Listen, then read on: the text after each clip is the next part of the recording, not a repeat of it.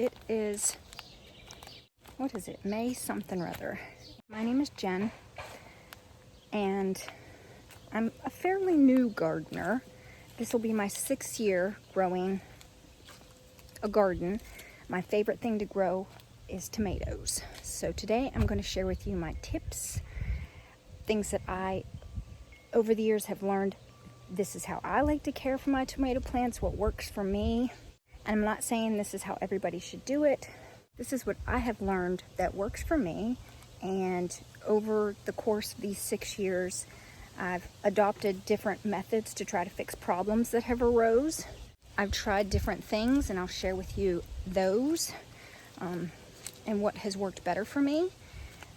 But like I always say, try things for yourself. What works for me might not work for you, but if you see something that you haven't tried before that I share with you, and you think, let's give that a try, you'll never know unless you give it a try. So I have spent all morning working on cleaning up my tomatoes, and they're everywhere. I left one row for me to show you my method. Now I'm always trying new things, and it's this top row, so we're headed up top.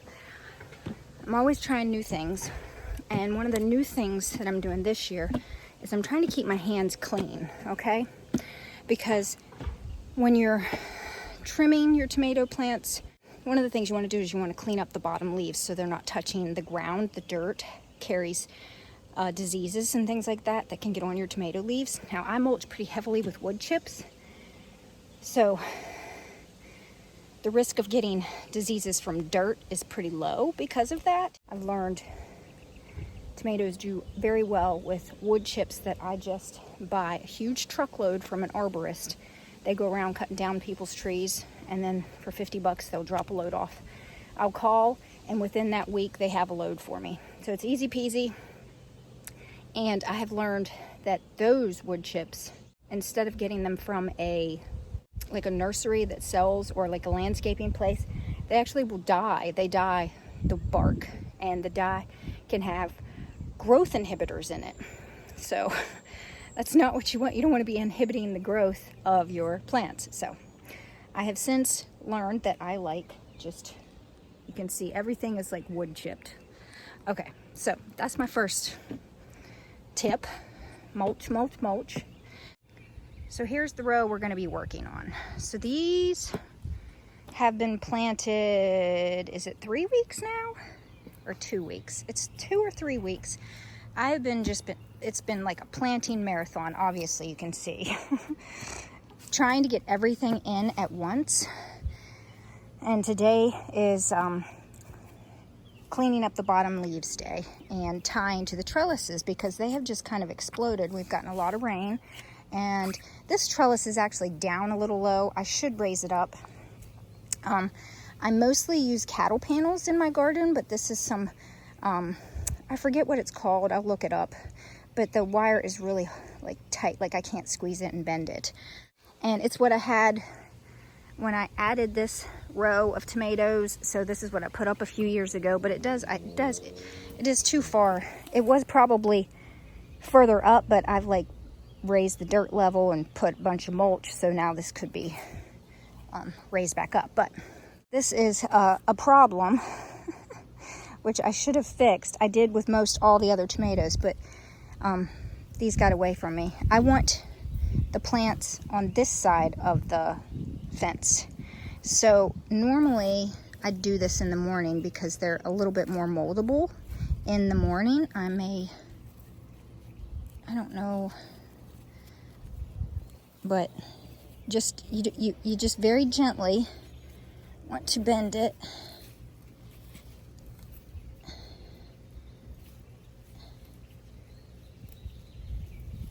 And try not to snap it. Like, it's much better to do this in the morning. The plant's more malleable. But yeah, so I actually want the plant on this side of the trellis, which I actually need to like bounce this out. Now that that is taken care of and the tomatoes on the right side, we are ready to trim these up. Another thing that I'm trying new this year is I've got a bucket of soapy water, okay? and a towel.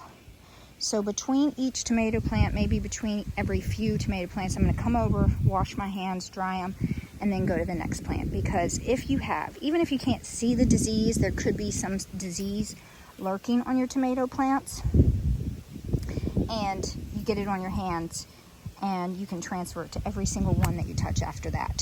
So I'm imploring doing this. Last year I had like a towel full of alcohol, but I noticed that it like dried up and evaporated fairly quickly. So I've got some antiseptic like dish soap, like cleaning soap, Dawn dish soap, and we'll see if that works out. This is about the size where I start to tie them to the trellis. Let me show you how I prune them. And I've also got a bucket for my scraps so that I don't have to keep going back and forth tossing them when my hands get full. So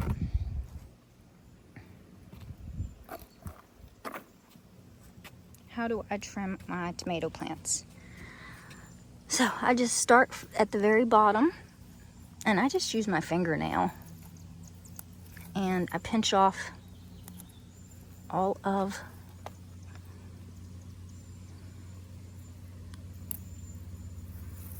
the bottom leaves. And I'll probably come back and pinch off some more as this gets bigger.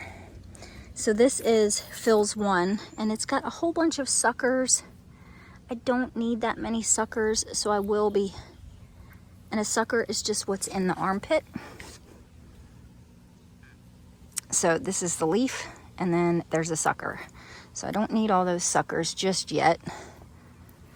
At a certain point, I'll get tired of pulling these off, and you could actually plant these in soil and grow yourself some more Phil's one.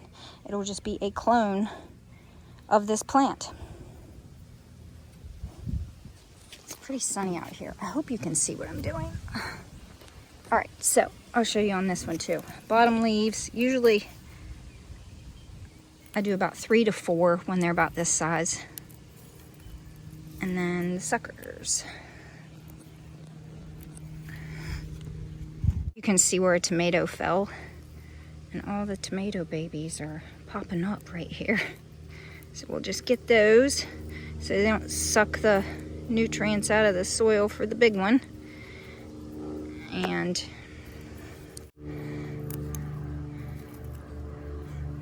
bottom leaves and the little sucker there. All right, so now I'm gonna wash my hand.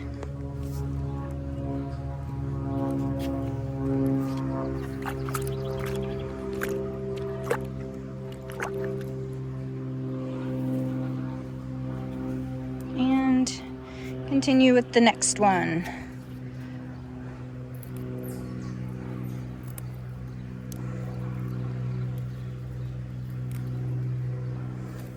And the next one.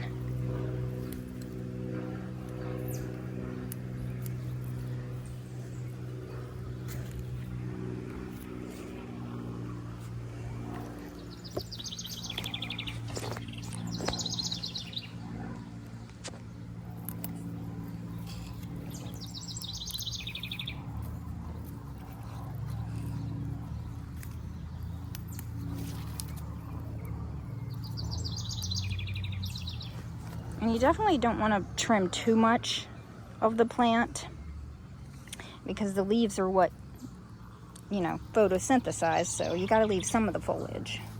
All right, I'm going to wash my hand again. This will also be good to keep the tomato tar from building up.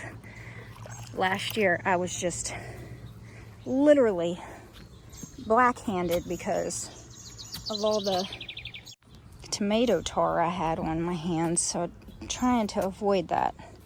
I hope I'm getting some good footage here. I can't really see the screen of my phone, so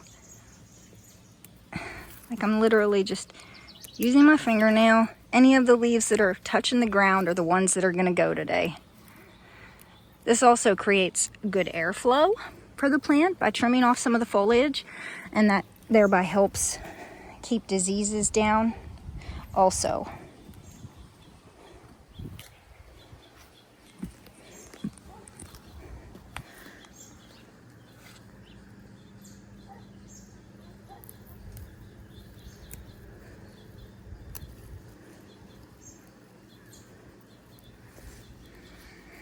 Okay, I'm gonna wash my hands again.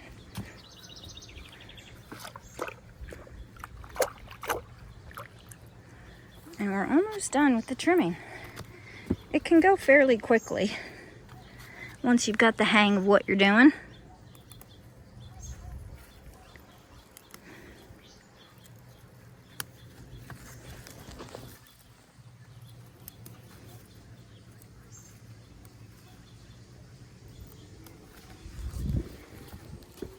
Since I'm over here, I'm just gonna wash my hands again.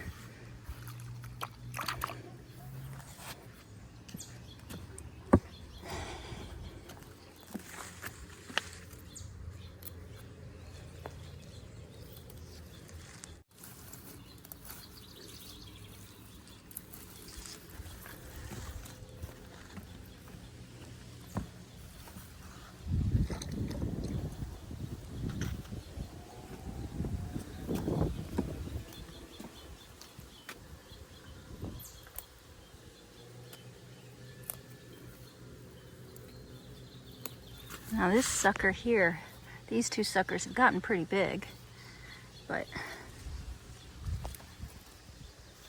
can you see them right here? I'm gonna pinch them off anyways. These would be good examples of ones that you could root very easily and have a clone of this plant.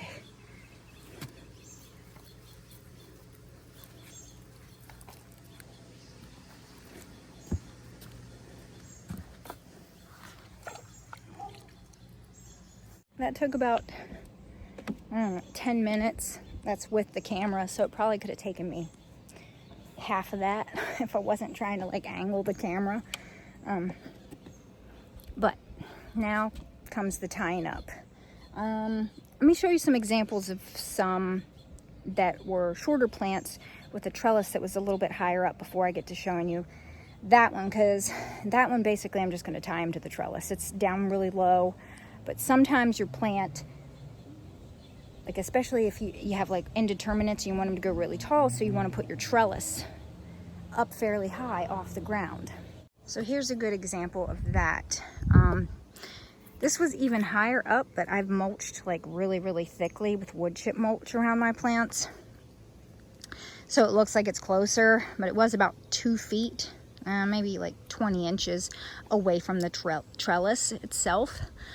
But here's the smaller plants. So basically, and I like to use this tomato tape. It's stretchy. It comes in a big roll. I get like a pack of 12, and that keeps me being able to tie my tomatoes all season long. And I literally, at my house here. So I have my garden at my house, and then I also have another garden with a bunch of tomatoes and a bunch of peppers, and it's called Materville/Pepperville. So there's a ton of tomatoes and peppers over there too. But literally at my house, I have 311 tomato plants in the ground so far. So I need a lot of tape. And this is, I found what works for me. I've tried twine. It's just, you know, it's not stretchy. And then you have to like, you either have to untie. See, here's some from like 3 years ago and it's still on there. It breaks down eventually, which is good. But with the tape at the end of the season, I can just rip this stuff off and toss it away. It's plastic, yes, but it's just what works for me easily. And it's just, I think it's a great value for as many tomato plants as I grow. So here's an example. So I tie it to the trellis, and then I come down and I tie it to a part of the plant. And then as this grows, I'll just wrap this around until it makes it up here, and then I'll tie it to the actual trellis. So you can see how those are all tied. And some have actually made it up to the trellis. Now, if your tomato plants get too tall or top heavy, they will fall over. And then what will happen is the top and any of the suckers will aim themselves up toward the sky, toward the sun. And then you kind of have like a little bit of a mess on your hands. So I try to get to my tomatoes before they start to flop over. I had one, oh, it's a random celery coming up out of there. I had one, I'll show you it, one that fell over. It was just an overachiever. So this one here is the one that fell over. And I got him standing up pretty straight, but he's a little bit wonky, dude. So he was falling over like this. So you can kind of see that these were starting to curl, but not too much. So I got to it in enough time. So that's another one of my tips. Try to get to them before they fall over. And that's where tying them, when they're not quite up to the trellis, tying them to a piece of tape just to keep them upright, I have learned helps. Because either way, they're not going to be able to fall too far. So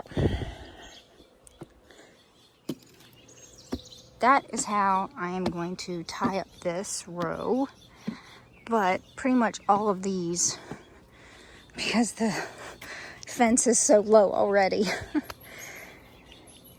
But it's not getting moved this year because I'm about to tie my tomatoes to it. So I'll show you what it looks like when I'm done.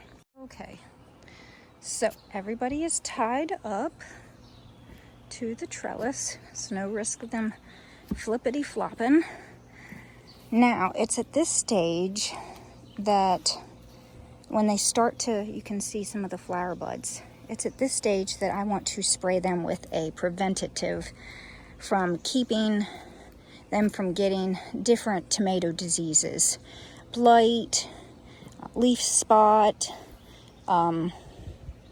also aphids. What I use is a combination of neem oil / copper, and I will throw up pictures of both of the bottles that I use, and I have mixed them both together. And what I'm going to do is I'm actually going to test just this row. So if I come back, so it's Sunday, and if I come back on Tuesday evening and the rest of these plants and all of these plants here look okay, then I'm going to spray the rest of the plants. I made the mistake one year, if I hadn't cleaned out my container, so I use a sprayer bottle like that. I hadn't cleaned it out, and I just filled it with more stuff, and I think there was some sort of yuckiness going on inside that.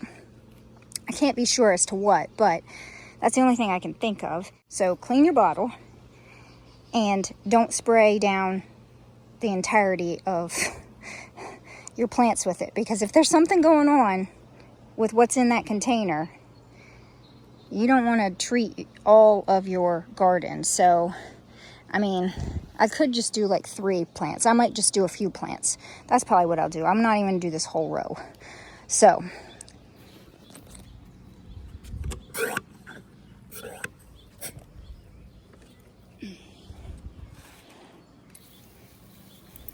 you just spray it in its entirety, and the stem and the leaves. So I'm going to do these 3 plants. And ideally,